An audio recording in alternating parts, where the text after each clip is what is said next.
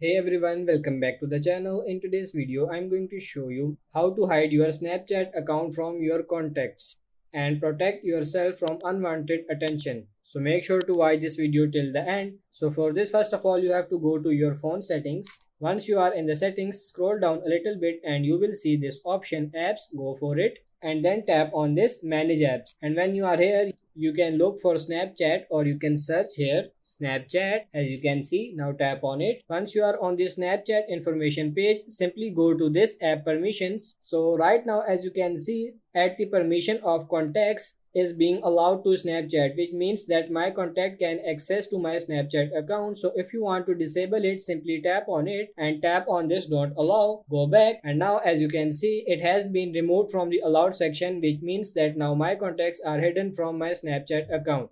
So that's pretty much it for this video. I hope this video was helpful. If it is, like it and subscribe to the channel. Thank you.